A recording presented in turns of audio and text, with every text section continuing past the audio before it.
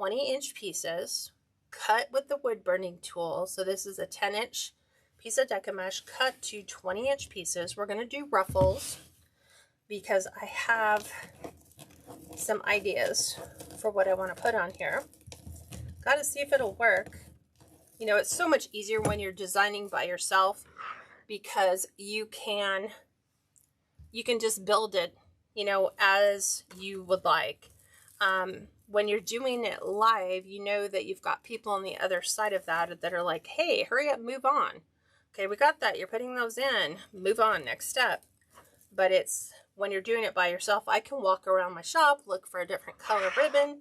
Here I've got to kind of have everything handy, and I try to pre-cut it all as a respecter of your time.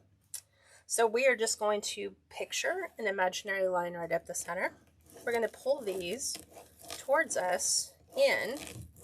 They're like 1/2 inch increments till I get them all gathered. This is the ruffle technique, also known as the bow tie or the scrunch, and I am doing the inside ones. The inside 6 first. So I put the finished edge facing the middle and to the outside. And I'm going to give these a couple twists. I'm going to take these out because I am no longer going to use those. Tuck those back to the inside. Forgot this one. I had to have my husband actually come out and help me find the ribbon that I had ordered to go with this side. And